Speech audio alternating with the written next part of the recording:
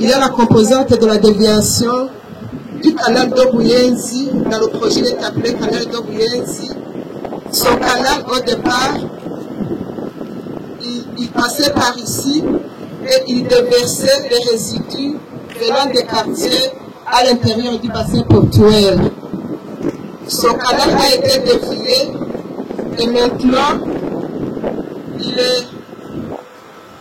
il est passé par ici et il se déverse dans le lac derrière ces infrastructures. Notre composante concerne le dragage et l'élargissement du bassin portuaire.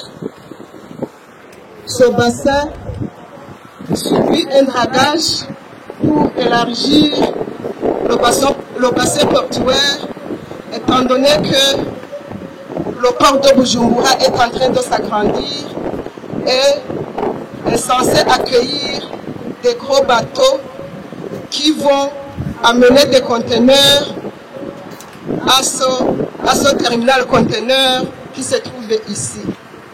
Ce conteneur a été conçu pour accueillir 360 conteneurs de 40 pieds. Donc, ce projet est d'une grande importance pour le pays, étant donné que les bateaux qui allaient être préparés dans les autres chantiers navals seront préparés ici au Burundi. Donc, les devises qui étaient payées à l'extérieur, là où ils vont réparer les bateaux, seront alors payés ici au Burundi, ce qui va augmenter l'économie du pays. Ça, c'est le garage où il y a des machines qui vont servir à la réparation des bateaux. Ça, c'est une grue qui servira à déplacer les pièces d'à peu près 3 tonnes de bateaux pour aller dans cet atelier ici pour subir des réparations.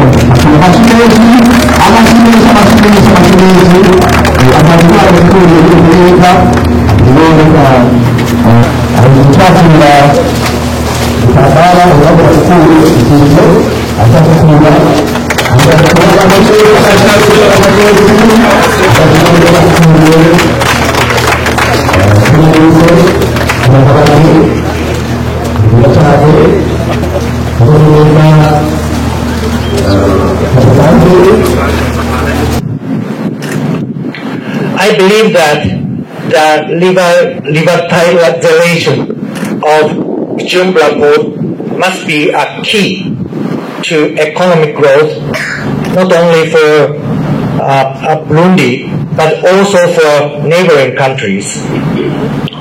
As a result, I believe it will definitely contribute to stabilization and peace of Burundi and the region.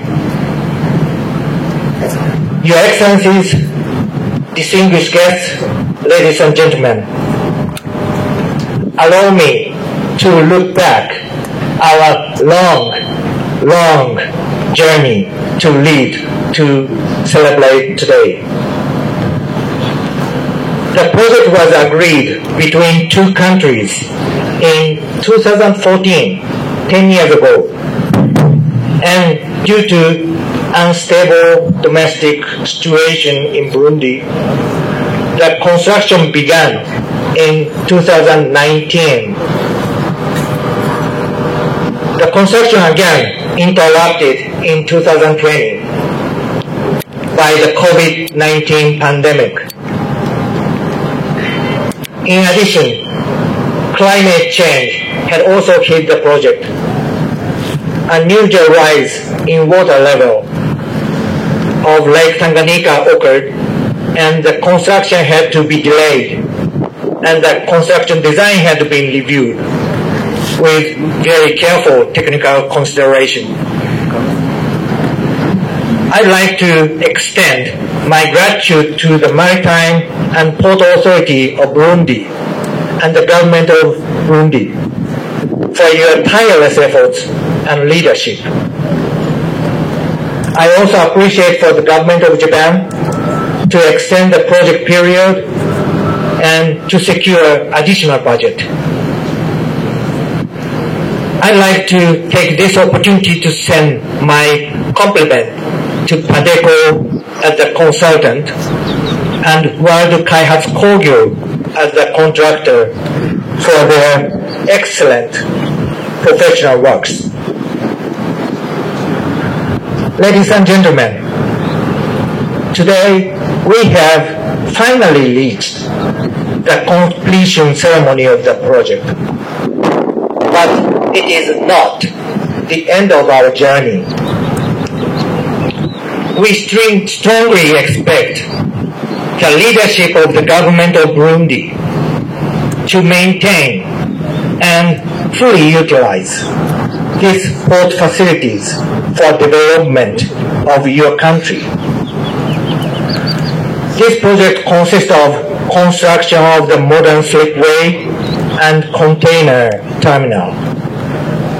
They will definitely improve the safety of ship navigation in Lake Tanganyika and also generate income and employment. I'd like to emphasize once again that this excellent port is a true fruit of the cooperation and friendship of all those who participated in its realization. And I thank you all very much. Ladies and gentlemen, JICA has been and will be supporting people of Burundi in the field of economic infrastructure, agriculture, and health in order to contribute to the realization of Burundi vision to become an emerging country by 2040 and a developed country by 2060. I look forward to the continuous development of our bilateral cooperation. I believe that this port will prosper for a long time as a memorable project for all of us.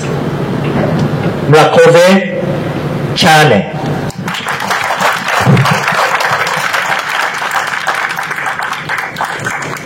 Merci beaucoup, murakoze cyane namwe.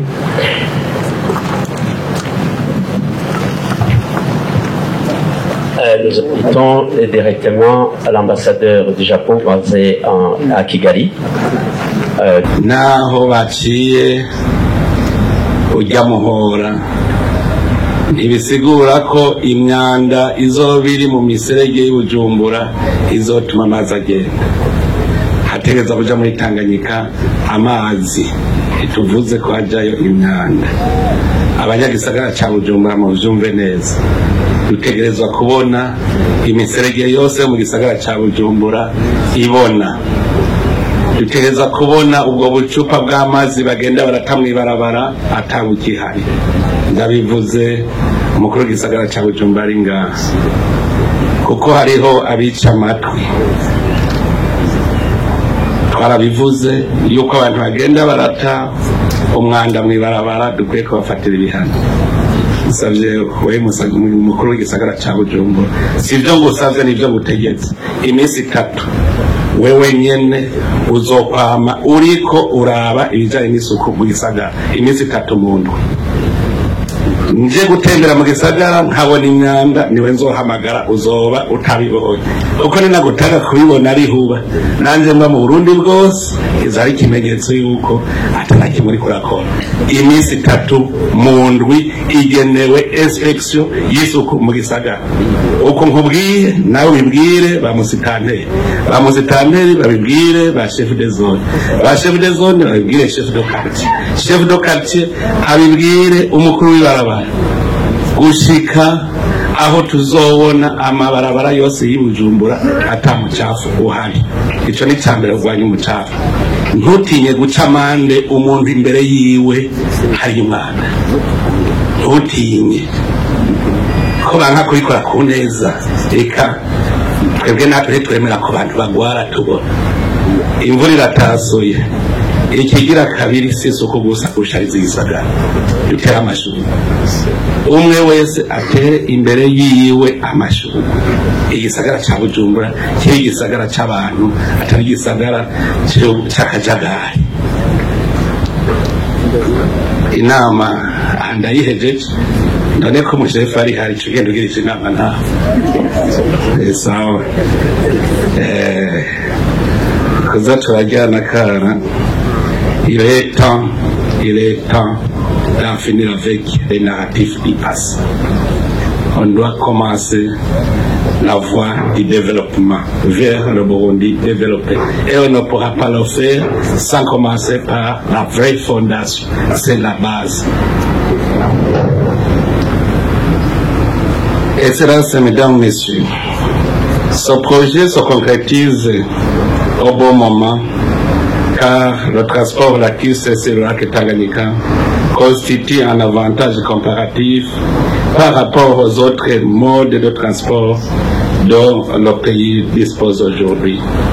Il répond au désir du gouvernement du Burundi qui attache son importance au développement des ports et à la navigation maritime afin de réduire les coûts de transport des marchandises importées ou exportées. De ce fait, la robustesse et la qualité des infrastructures remises dans le cadre de ce projet de modernisation du port de Bujumbura, ainsi que le respect des délais d'exécution, devraient servir de référence aux entreprises chargées d'exécuter les autres projets portuaires en cours, notamment le projet de réhabilitation du port de Bujumbura, financé conjointement par la Banque africaine de développement et l'Union européenne, et aussi le projet de construction du port de Rumonge, financé par la Banque mondiale. Point n'est besoin de venir encore rappeler au cadre chargé de la mise en œuvre de ce projet de faire preuve d'abnégation et d'un grand sens de déontologie professionnelle dans le suivi et l'exécution des travaux tels que prévus dans les bases contractuelles. Quant à ces infrastructures que nous inaugurons, j'interpelle ceux qui seront chargés de les opérationnaliser, de se préoccuper de tenir leur maintenance et leur rentabilité afin d'améliorer les services rendus au port de Bujumbura pour la satisfaction des usagers. Nk'uko nama nabivuze, uyu n'umutahe turose kandi mutahe uhambaye uhimbaye turose tukeneye. Rero tukamishe umwimbu mu kubungabunga no gukoresha neza ibi vyiza turose ku neza y'abenegihugu. Aha ngira ngo abarongoye iyi port ya Bujumbura muca muvyumva ico mujejwe. Ikizobuza ko tuza turahaca turaba ko muriko muhakoresha nk'uko bikwiye, hategereza gukamishwa umusaruro. rero n'akaryo ko kuvunira akagohe abanyagisagara cyane cyane aho ngaho i Bujumbura ndabasaba yuko mubungabunga neza inyubako rusange zose ziri mu gisagara mwame muzisukurira kugira ngo imvura ntize izidusahure. Ikindi tutokwibagira nuko iyi migambi leta iri kwishyiraho mu ntumbero yo korohereza abenegihugu mu bikorwa byabo bya misi yose, na cyane cyane mu gisata c'amahinguriro n'ubudandaji, ko abantu bose bagifata nk'ama bakabona ko ari bakwe barose. Mpamagarire abagwizatunga kugwiza umwimbu mu bisata nduzabutunzi mu ntumbero yo gukamisha umwimbu ikiyaga ca Tanganyika n'ibivuko byacu. Ndashimiye cyane abarundi bariko barakora amato, twarabonye yuko bariko barakora amato menshi ngaha, kandi dutera intege n'abataratangura nabo kugira ngo batangure dukore ubwato bwinshi kugira ngo dukomeze ubudandaji muri iki kiyaga ca Tanganyika. Si ivyo gusa, turashimira na bagwizatunga bo mu gihugu ca Kongo nabo muri Tanzania, kuko nabo nyene bariko barakora amato menshi. Ni ngombwa ko iki kiyaga tukibona kiriko kiraramira abene gihugu b'ibihugu bikigize. Si n'ivyo gusa, ababizi bama bariko baradutwenga, aha mu kiyaga Tanganyika ifi iravuka igakura igasaza igapfa atawiriye, kandi Imana yiremeye kuribwa. Arico gituma nosaba yuko abagwizatunga mutangure mu kanure, so kurima no korora gusa no kuroba birimwo. Dukore amato yo kuroba vy'ukuri, izifi Imana yaturemeye tuzikamishe nazo zitugirire akamaro. Erega abazi ivyo kuroba baradutwenga.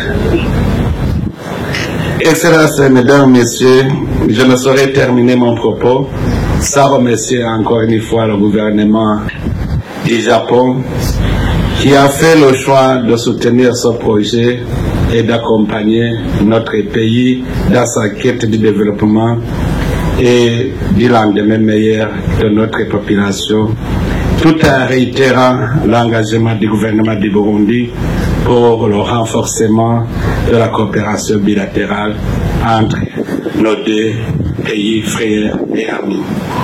Je remercie également toutes les parties prenantes dans la réalisation de ce projet, surtout les ingénieurs et les autres techniciens, ainsi à vous tous qui avez soutenu de près ou de loin la réalisation de ce projet.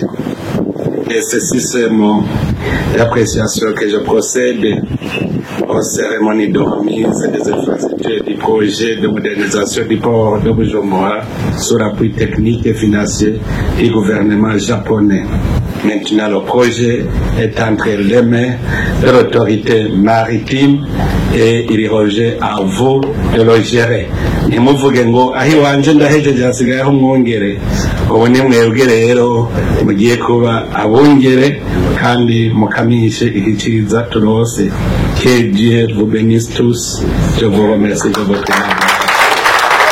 Malengo Business niyo mizero y'abarundi bose bakeneye kugura ibikoresho byose bikoresha umuyaga nkuba. Wifuza ama ordinateur, ama écran plat, ama television agezweho n'ibindi nk'amakinga, projecteur, ama bafe, ama tapi, eka n'ibindi mukenera byose mu buzima bwanyu busanzwe bwa misi yose. Cyangwa mukeneye umufundi y'ibinuje iyo bakorera ivyononekaye muhira iwanyu. Byose twakure kuri 68 60 20 96 tubatumikire. Malengo Business niwo muco wize ku barundi bose.